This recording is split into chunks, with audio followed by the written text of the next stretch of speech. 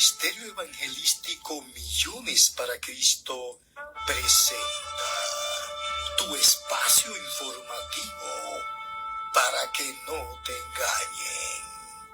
Mensajes, estudios bíblicos, análisis y mucho más con el misionero José Bueno para que no te engañen.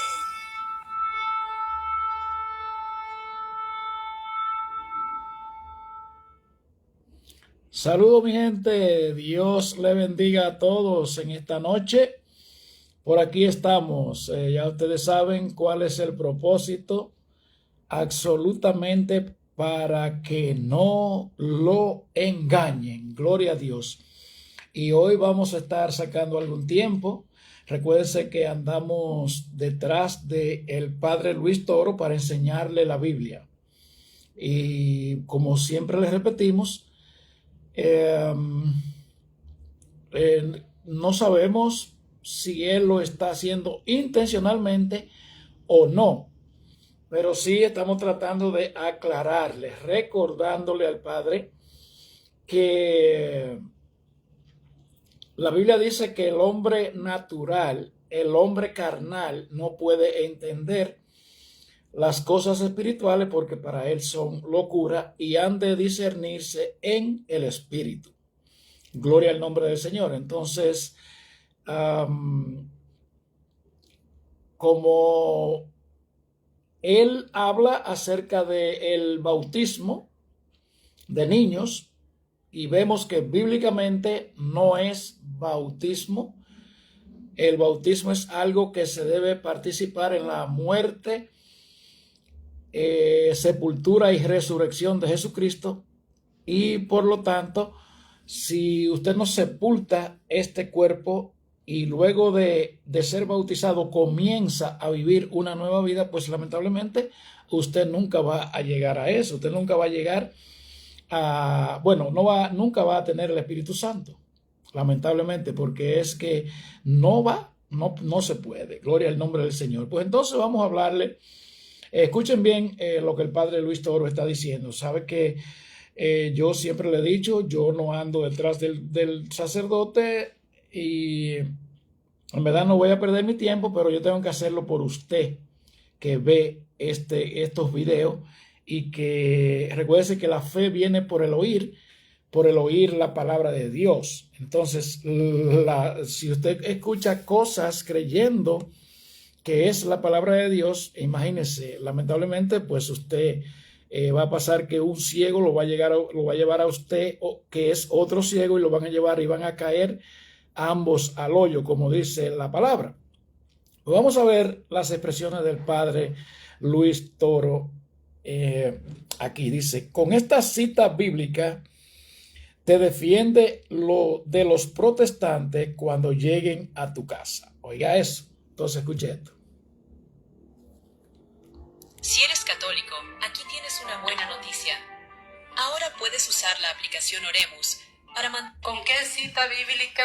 Si un hermano separado llega, ¿y con qué cita bíblica le puedo responder? Gálatas 1:8. Con esa cita bíblica usted le puede responder. Si llega así, nomás llega a la casa a molestarle la vida, usted dice Gálatas 1:8. Y léame ahí Gálatas 1:8. Y después que le lea Gálatas 1:8, usted le dice, ¿entendió el mensaje? Vamos a ver qué dice Gálatas 1:8.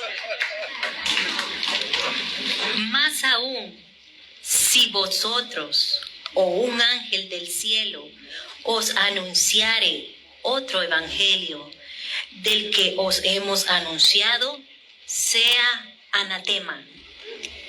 Como antes hemos dicho, también ahora decimos otra vez: si alguno os anunciare otro evangelio del que habéis recibido, sea anatema. Y si quiere un poquito más, segunda de Juan, versículo 9, el único capítulo que tiene, él lo viene a aclarar. Si alguien viene a predicarle el evangelio distinto, sea anatema, sea maldito. Ok, Vamos a responderle al padre Luis Toro. Lo primero que nosotros tenemos que estar claro es, señor Luis Toro, es que usted no predica el evangelio. Usted predica una religión. Recuérdese, como le publicamos antes, el significado del evangelio y el significado de las religiones, que son muchas.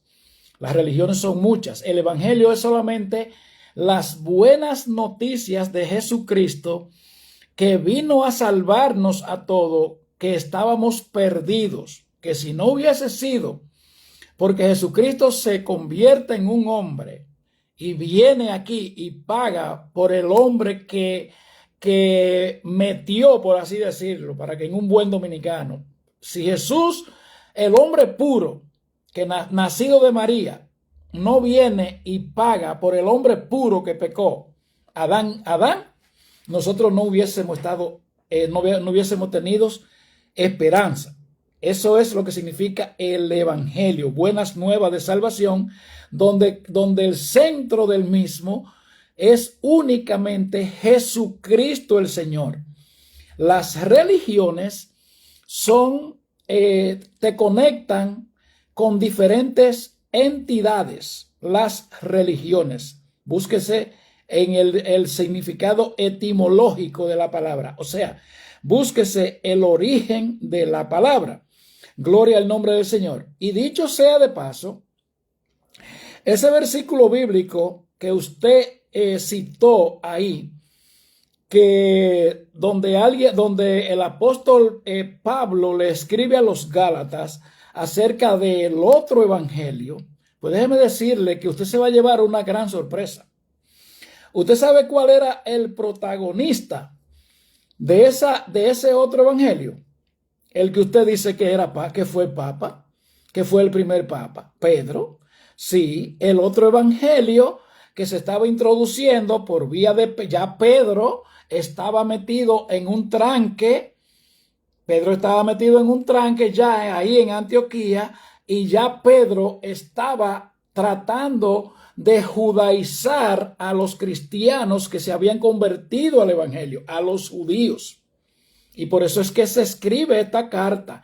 Y si usted la analiza profundamente, usted se va a dar cuenta que el trasfondo de esta carta que Pablo le escribe a la iglesia de Galacia es que se tuvieran en cuenta claramente de que la ley, antes de Jesucristo venir, que había la ley, el pacto de la ley, no pudo ser cumplido por ningún hombre. Y Pablo le está haciendo, según va avanzando dentro de la carta, Pablo va profundizando, estableciendo claramente la diferencia que hay entre un hombre nacido de nuevo y un hombre de la vieja naturaleza, que se refiere al pacto de la ley, que nadie pudo cumplirlo, por lo cual el mismo Jesús, el mismo Dios, tuvo que venir a hacerse un hombre para pagar. Esa es la razón de la cual se escribe el libro de los Gálatas. Y para su sorpresa, entonces, ¿usted sabe quién era que estaba ya descarriado prácticamente? Pedro, el apóstol Pedro, el que usted dice que fue papa. El que usted dice, porque Pedro nunca fue papa, y yo se lo voy a demostrar a usted con la Biblia en la mano. Entonces vamos entonces a entrarle de lleno a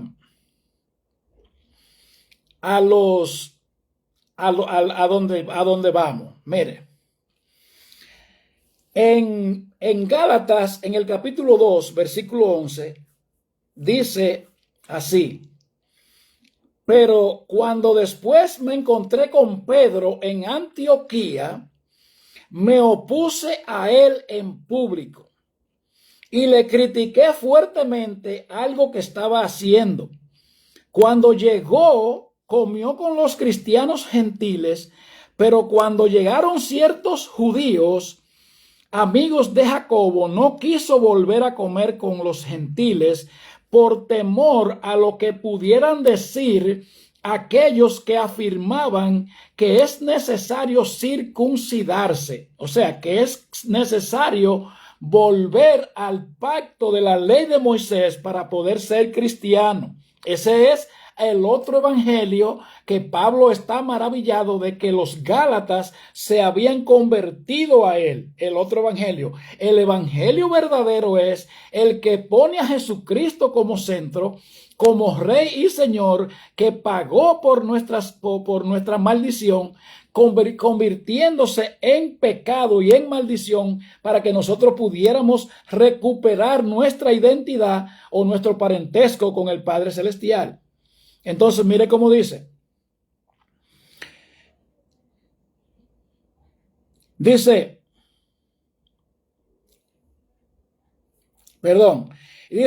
y no quiso volver a comer con los gentiles por temor a lo que pudieran decir a aquellos que afirmaban que es necesario circuncidarse. Y a la hipocresía de Pedro, oiga cómo le llama el apóstol Pablo al Papa, oiga, al Papa suyo, el que usted dice que Pedro fue Papa. Mírelo ahí cómo lo llama Pedro. Pablo lo llama hipócrita, oiga. Y a la hipocresía de Pedro se unieron los demás cristianos judíos, incluso Bernabé. Antes de ello, y comprendiendo que no estaban actuando rectamente conforme a la integridad del evangelio, le dije a Pedro, delante de los demás, tú que eres judío, ¿has estado portándote como si no lo fueras? ¿A qué vienes ahora que de pronto te ponga a decirle a estos gentiles que deben de vivir como si fueran judíos? A eso se le llama en la Biblia los judaizantes. Y a ese evangelio es que Pablo se está refiriendo. Y mire cuál era el protagonista del otro evangelio, el Papa. El que usted dice que Papa, porque usted sabe que Pedro no fue Papa. Si usted busca en la historia del papado de Pedro, del Vaticano, en ninguna parte aparece Pedro porque no hay hechos que fueran, no hay ni un segundo que Pedro fuera Papa. Y yo se lo voy a demostrar con la Biblia en la mano. Le voy a demostrar, mire, que Pedro tenía suegra. Ahora, si usted me enseña una bula papal que fuera emitida aboliendo que los papas se casaban, entonces ya la cosa es diferente. Ahora bien, si leemos al libro de los Hechos en el capítulo 3, nos vamos a dar cuenta que Pedro y Juan iban al templo a orar, a la hora novena, a la hora de la oración. Y dice la Biblia que en la puerta de ese templo tenían un cojo que tenía 40 años esperando, o sea, pidiendo ahí afuera, porque no tenía esperanza, porque de eso se trata la religión, que no hay esperanza. No hay esperanza para los religiosos. La religión tiene su nombre, religión. Pero el evangelio tiene su nombre, que es poder de Dios. Y ese cojo tenía 40 años ahí, esperando en ese templo. Y un día, después del Pentecostés, después que Jesucristo había ascendido al cielo, que había prometido que iban a recibir el Espíritu Santo para hacer cosas sobrenaturales. Entonces Pedro recibe el Espíritu Santo y va al templo. El cojo ve a estas dos gente que van llegando al templo, ¿verdad? Y les tiende la mano para que le den para la limosna que estaba pidiendo siempre.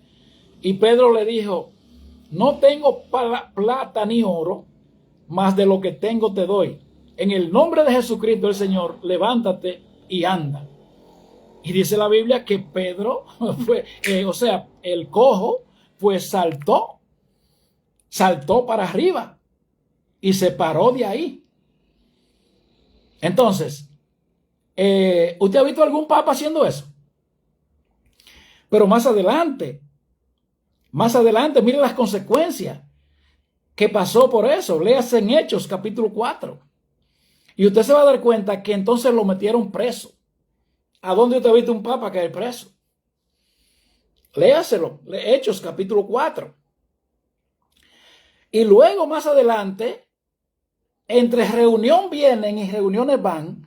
Entonces lo sacaban a Pedro y a Juan y se ponían de acuerdo los jefes, la mafia adentro, y le decían, hay que tomar medidas, pero que entonces hay problemas, porque que ellos están demostrando que ese nombre tiene poder, el nombre de Jesús, porque no es una religión. Entonces, ¿qué fue lo que le dijeron? ¿Qué fue lo que Pedro le dijo? Mire, le voy a buscar eso para que usted vea. En Hechos, capítulo 4, mire.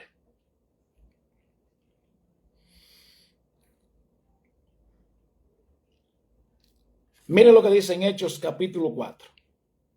Del 1 en adelante. Dice, mientras Pedro y Juan hablaban al pueblo, los principales sacerdotes, el jefe de la guardia del templo y varios de los saduceos se presentaban antes de ellos enojados porque esos dos apóstoles, aquí no había ningún papa, en la Biblia no había ningún papa, Pedro era un apóstol.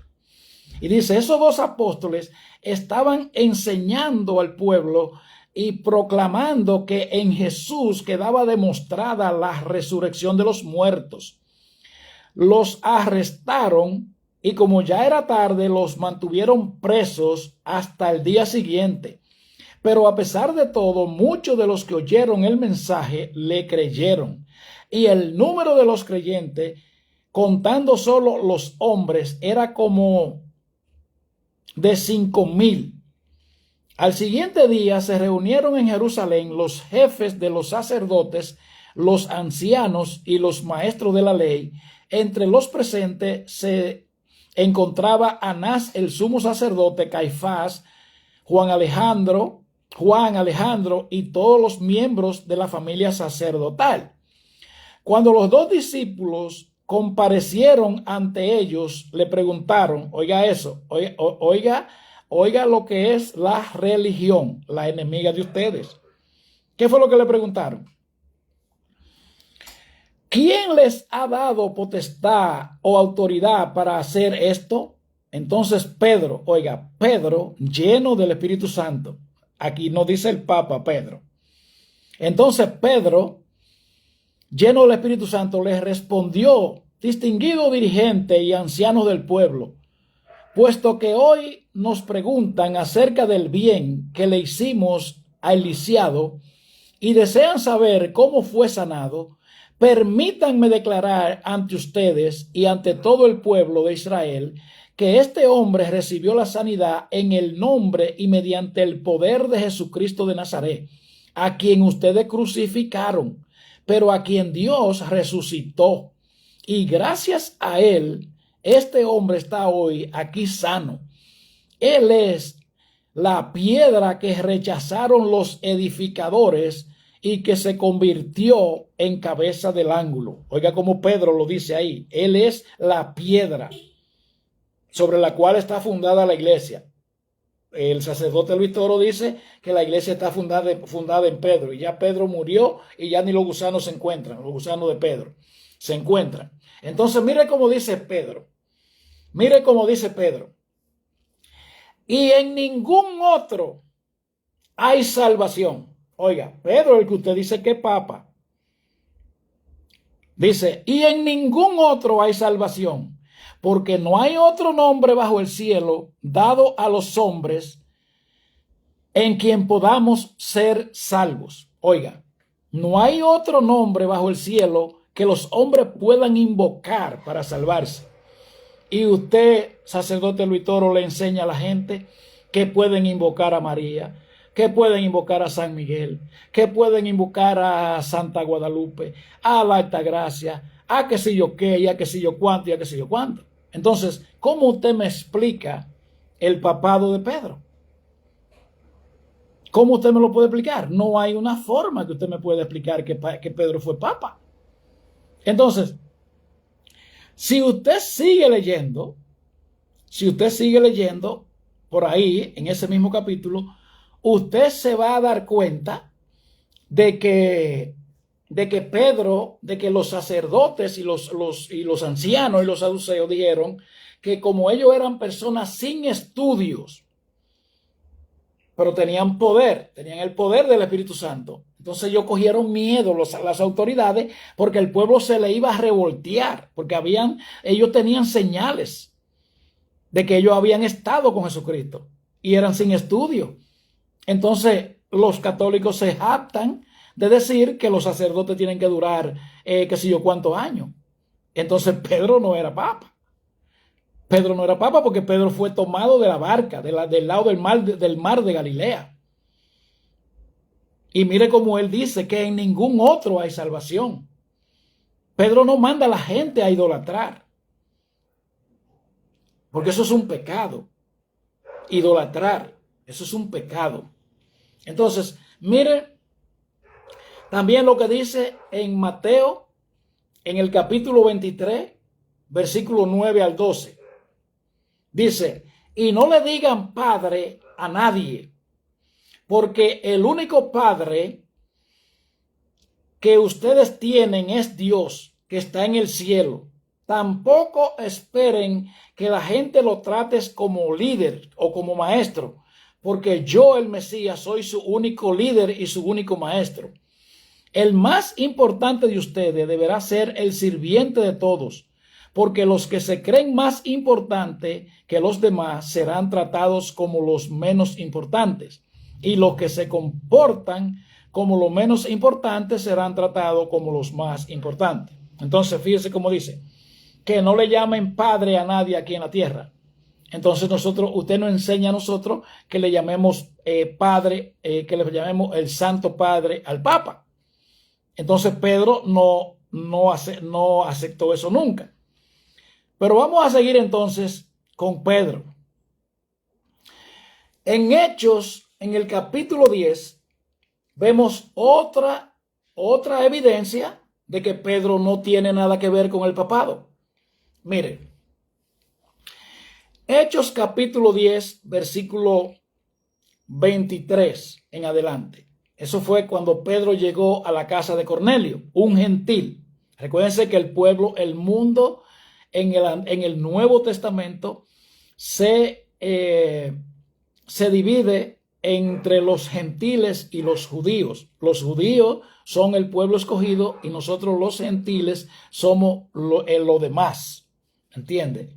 Israel es el pueblo escogido de Dios, porque tenía que coger un pueblo. Después que el hombre pecó, el hombre se alejó de Dios. Entonces Dios tenía que, para recuperar la humanidad, o sea, para que la humanidad pudiera reencontrarse o reconciliarse con Dios, tenía que elegir un pueblo, y eso fue Israel. Entonces, mire lo que pasó. Por la mañana partió con ellos acompañado de algunos creyentes de Jope, y llegaron a Cesarea al día siguiente. Cornelio, que los estaba esperando, había reunido a sus familiares y amigos más íntimos. Y al entrar a la casa de Cornelio, se arrodilló en el suelo delante de él para adorarlo. Oiga. Y le dijo Pedro, levántate, porque yo soy un hombre como tú. Usted se da cuenta de lo que hacen los papas, que la gente se le tira a los pies y los abraza, como se le tiraban al Mesías, para adorarlo. Y Pedro dijo, no, a mí no, porque yo soy un hombre como tú. O sea, que no hay nada que se pueda ligar, que se pueda entrelazar entre estas dos cosas, que Pedro nunca fue papa. Si usted lee la Biblia, los papas aparecieron después del año 330, después de Cristo, después que Constantino se introdujo en la iglesia de Roma. De ahí para adelante, pero esa historia no la tengo todavía, porque no voy a hablar de ella porque no la he estudiado con precisión. Pero antes del año 300 la Iglesia Católica no existía. No, la Iglesia Católica no existía. Dese cuenta. Entonces, vamos a seguir. Vamos a seguir.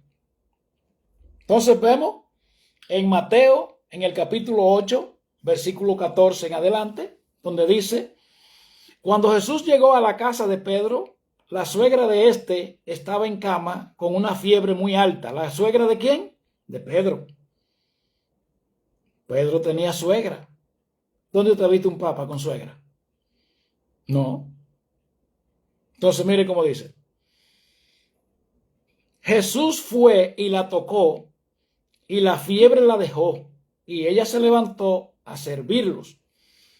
Por la noche llevaron varios endemoniados a Jesús, y bastaba una sola palabra para que los demonios huyeran y los enfermos sanaran. Así se cumplió la profecía de Isaías, donde dice: Él mismo tomó nuestras enfermedades y llevó nuestras dolencias. Qué bueno que usted sabe quién es que produce las enfermedades. Cuando Dios crea al hombre, o sea, después que Dios crea todas las cosas, va a crear al hombre y dice: ahora hagamos al hombre a nuestra imagen, conforme a nuestra semejanza. ¿Y qué era lo que Dios estaba diciendo ahí?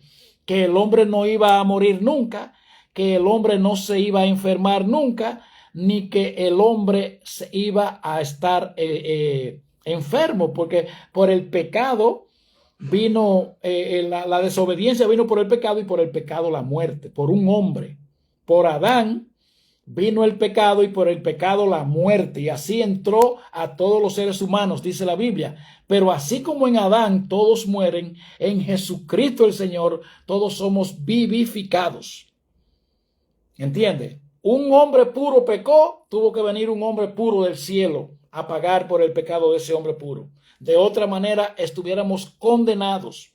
Y yo estoy seguro que usted es testigo de eso, porque no me diga usted que usted no ha visto una persona súper mala que haya sido y que se haya convertido al evangelio y usted no haya podido notar el cambio que haya experimentado esa persona. No me diga eso, porque usted sabe que es verdad. Usted sabe que es verdad, porque hay un cambio de ADN.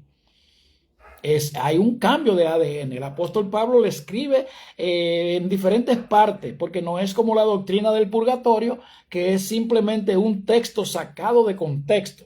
Las doctrinas reales en la Biblia se repiten en diferentes partes de ella. Por ejemplo, si usted lee a 2 de Corintios en el capítulo 5, usted se va a dar cuenta que dice que si aún a Cristo lo conocimos según la carne, ya no le conocemos así. De modo que si alguno está en Cristo Jesús, nueva criatura es. Las cosas viejas pasaron y he aquí que todas son hechas nuevas. Lo mismo que el bautismo, porque fuimos plantados juntamente con Él para muerte, para que así como Cristo resucitó de entre los muertos, nosotros también andemos en una nueva vida. Que hay un pasado. Tiene que haber un pasado para si usted se convirtió a Jesucristo el Señor, tiene que haber un pasado diferente a su vida actual y a su futuro. Y vamos de gloria en gloria y de victoria en victoria. Y la Biblia se repite. Por ejemplo, Pablo le escribe a los Efesios y le dice: y Él nos dio vida cuando estábamos muertos en nuestros delitos y pecados. El Espíritu que ahora mora en los hijos de desobediencia. Entonces, Él nos dio vida cuando estábamos. De modo que si a Cristo lo conocimos según la carne, ya no lo conocemos así. Es necesario que nazca de nuevo, dice la palabra de Dios, Juan capítulo 3, versículo 3. Y tiene que nacer del agua y del Espíritu. No es que te meta en el vientre de tu madre. Es el vientre simbólico del agua que tiene que ser sepultado en el bautismo. Ese es el vientre al cual Jesucristo se refería cuando estaba hablando con Nicodemo. Es sepultado juntamente con él, con todo, no las gotitas de agua. porque eso es un símbolo de arrepentimiento, de que nos ha dolido vivir una vida de espalda a Dios. Entonces, cuando nos levantamos de ahí, si te va el bautismo de Jesucristo, el Señor, después que Él se levantó del agua, entonces bajó el Espíritu Santo en forma de paloma sobre Él, simbolizando que Jesucristo vino a echarse la culpa nuestra, a ocupar nuestro lugar. Entonces, ya Jesús, el hombre pecador, Jesucristo el Señor, sin pecado, vuelvo y repito, el símbolo. Jesucristo se sumerge en el agua por completo. Y después que sale del agua es que viene el Espíritu Santo y se escucha la voz del cielo allá arriba que dice: ese es mi Hijo amado en quien tengo complacencia. ¿Entiende? Tiene que haber un cambio literal. Eso es lo que se llama en el hebreo, se llama lo que se llama una metanoia, una metamorfosis. Y usted puede comparar el gusano y la mariposa, que el gusano nace enroscado y vuelto un cacarón, pero después vuela y se pone bonito, como las mariposas. Y ese es el nuevo nacimiento. Ese es el nuevo nacimiento. Gloria a Dios. Entonces, vamos a leer aquí, para terminar, vamos a leer en Efesios, en el capítulo 4. Porque el padre Luis Toro dice: no, si usted me lo demuestra en la Biblia. Si usted me lo demuestra, dígame dónde dice en la Biblia. Y el padre Luis Toro es tan manipulador. Oiga, es tan manipulador que la Biblia dice que José no tuvo relaciones sexuales con María hasta que dio a luz su primogénito, oiga, su primer hijo. Entonces el padre Luis Toro quiere que diga literal en la Biblia, que se lo muestre en la Biblia que María no era virgen. Y esos son los que lo aplauden. Porque eso somos nosotros. Ustedes no recuerdan aquella vez que Bob Bunny se burló de todo el mundo y ya se pusieron prácticamente en huelga, que nadie le iba a comprar los discos y que nadie, que sé yo qué, ahí anda él. Igual que cuando crucificaron a Jesús, que era lícito indultar un preso. Y el pueblo, Pilato decía: ¿a quién le suelto? ¿A Barrabás o a Jesús? ¡Oh, no! ¡Crucifiquen a Jesús! A voces se oían: ¡crucifíquenlo! ¡Suelten a Barrabás, el criminal! Así somos. Así somos, pero ¿sabes qué? El día del juicio, la cuenta suya la va a dar usted. Jesucristo dijo que este evangelio va a ser predicado a todo el mundo, por todas las naciones, para que nadie tenga excusa. Entonces vendrá el fin. Nadie va a tener excusa. Nadie. Vamos a ver ahora en la lectura, en los 5 ministerios que Jesucristo estableció oficialmente, ni existen los papas, ni los padres, ni los curas, ni los sacerdotes, ni la monja. ¿Sí? Así es. Mire lo que dice. En Efesios capítulo 4, dice la Biblia: yo pues, que estoy prisionero por servir al Señor, les ruego con todo cariño que se comporten como es digno de los que han sido llamados, por Dios. Es bueno que usted sepa que Pablo estaba preso cuando escribió esta carta. Por eso que dice que Pablo estaba prisionero. Dice: sean totalmente humildes y amables, sean pacientes entre ustedes, y por amor sean tolerantes unos a otros, y esfuércense por mantener la unidad creada por el Espíritu por medio de la paz que nos une. Aquí el apóstol Pablo lo que le está escribiendo es a todos, dejándoles saber primeramente que él está preso, Y luego le dice que nos comportemos como personas que hemos nacido de nuevo, que nos llamamos cristianos, que esto no basta con estar visitando un templo y que los que visitamos ese templo vivamos chismeando, vivamos murmurando y haciendo todas las cosas, porque tenemos que reconocer que somos personas enfermas que vamos a la iglesia, tratando de mejorar nuestra conducta por la misericordia de Dios. Eso es lo que ha dicho aquí. Y dice, esfuércese por mantener la unidad creada por el Espíritu por medio de la paz que nos une. O sea, tú y yo tenemos que mantener la paz. Si tú y yo somos cristianos, tú y yo tenemos que mantener la paz. Entonces dice, somos un solo cuerpo y tenemos un mismo espíritu. El Espíritu Santo es uno solo. Y dice, además, hemos sido llamados a una misma esperanza. Todos la misma esperanza. ¿De qué? Desde que nos vamos para el cielo, el día que salgamos de aquí. Solo hay un Señor, un Dios verdadero es solamente que hay. Una fe y un bautismo, lo que estableció Jesús, el autor y el creador, el autor y el consumador de la fe. Dice, y tenemos el mismo Dios y Padre que está sobre todos nosotros.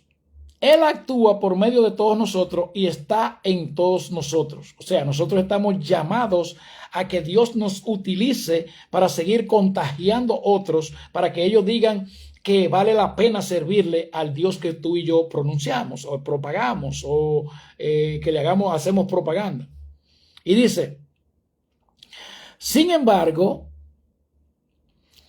debido a su amor, Cristo nos ha dado a cada uno de nosotros dones diferentes. Todos somos diferentes. Si coincidimos en algo, pues gloria a Dios, pero todos somos diferentes. Vaya y tómese sus huellas dactilares y yo me voy a tomar la mía y busquen 1 millón de personas y usted va a ver que no van a coincidir, porque somos diferentes todos, pero hay muchas cosas que podemos coincidir. Entonces dice, por eso un salmo dice, cuando el Señor subió a lo alto, llevó consigo a los cautivos y dio dones a los hombres. O sea, cuando se fue a lo alto, nos llevó a todos nosotros, porque por eso Él murió y nos regaló el Espíritu Santo después que Él se fue. Entonces Él es el que da los dones. Y dice, ¿qué quiere decir eso de que subió? Eso implica que primero descendió hasta lo más bajo de la tierra. Pues bien, el que descendió luego regresó a lo más alto de los cielos para poder llenarlo todo. Y a alguno le dio el don de ser apóstoles. Escuche esto. De ser apóstoles. A otro el don de ser profetas. A otros evangelistas. A otros el don de pastorear y a otros maestros, o sea, el don de enseñar. Su propósito es que su pueblo esté perfectamente capacitado para servir a los demás y para ayudar el cuerpo de Cristo a crecer. De esta manera, todos llegaremos a estar unidos en la fe y en el conocimiento del Hijo de Dios, hasta que lleguemos a ser una humanidad en plena madurez, tal como Él es. Nosotros estamos llamados todos los días a buscar la perfección. Eso de que usted vaya a un templo, simplemente a ensuciar una silla, eso lo hace a usted peor que si no fuera. Así como usted lo escucha. Usted va a un templo y se va a vivir una vida común y corriente, igual que todo el mundo, usted lo está haciendo peor. Me perdona, porque la Biblia dice muy claro que Dios no habita en templo fabricado por los hombres. Tú y yo somos templo del Espíritu Santo. Donde Dios quiere habitar por medio del Espíritu Santo es por medio tuyo y mío. Es en nuestro cuerpo, dentro de nosotros. No es que usted vaya a una iglesia, no es que usted pertenezca a ninguna denominación. Las denominaciones, Dios, eso no lo va a tomar Dios por ningún lado. Ahora, si usted practica el pecado, ¿qué es practicar el pecado? Usted hacer lo que Dios manda que no se haga. Punto. Y la Biblia dice muy claro que el que practique el pecado es del diablo. ¿Me entiende? Entonces, aquí leímos claramente de que aquí no aparece ni el papa, ni el cura, ni la monja, ni, ¿qué más? Ni el sacerdote. Porque el sacerdocio, oiga, el sacerdocio, después que Jesucristo vino, ya quedó eliminado.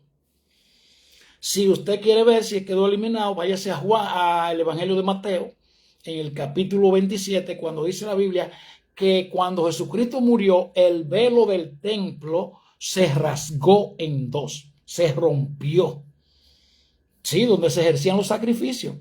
El sacrificio que se ejercía cada año era que se llevaba un cordero sin mancha y sin arruga, en representación, simbolizando de que un día iba a haber un sacrificio perfecto de un cordero sin mancha y sin arruga, que se llama Jesucristo el Señor.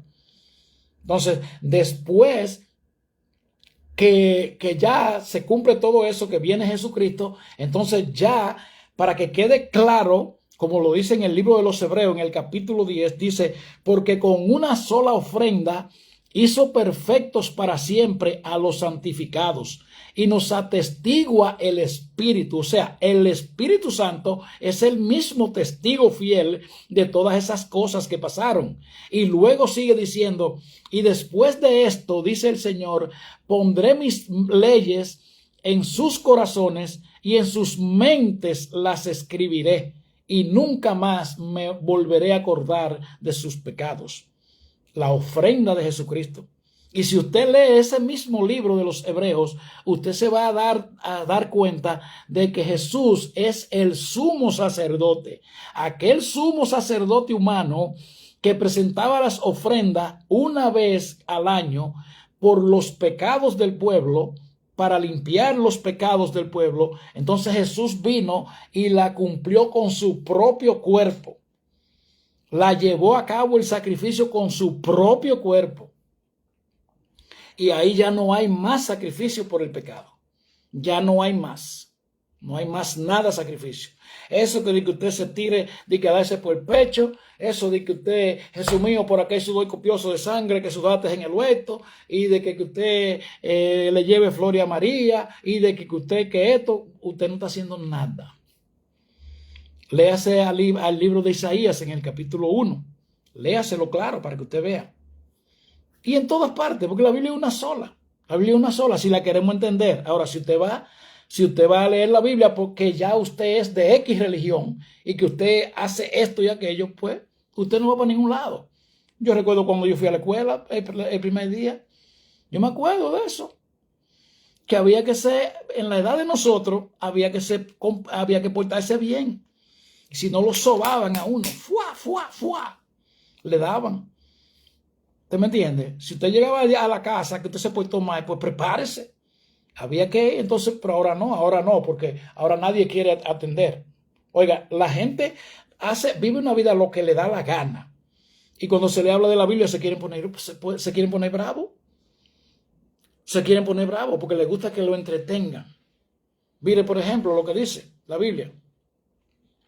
En 1 de Timoteo, en el capítulo 4, recuérdense que nosotros le estamos contestando al padre Luis Toro.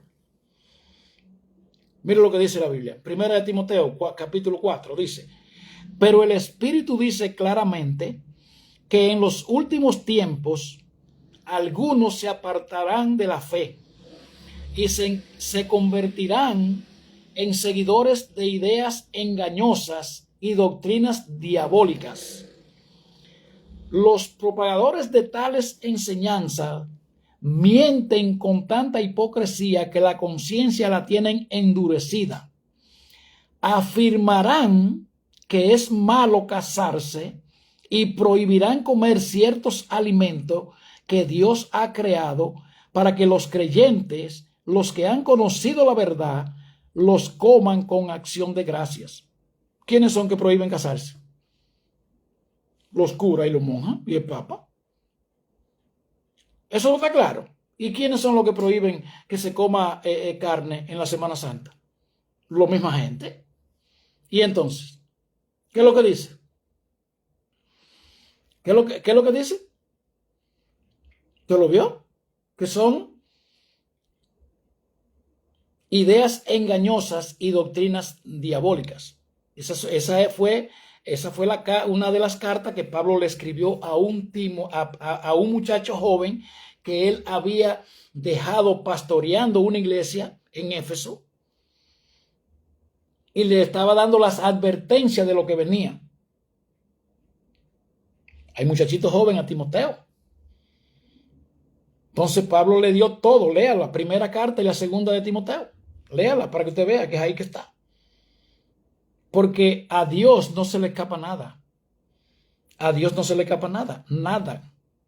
Las fiestas patronales que usted celebra en su guiri. Léase Jeremías capítulo 2, versículo 26, 27.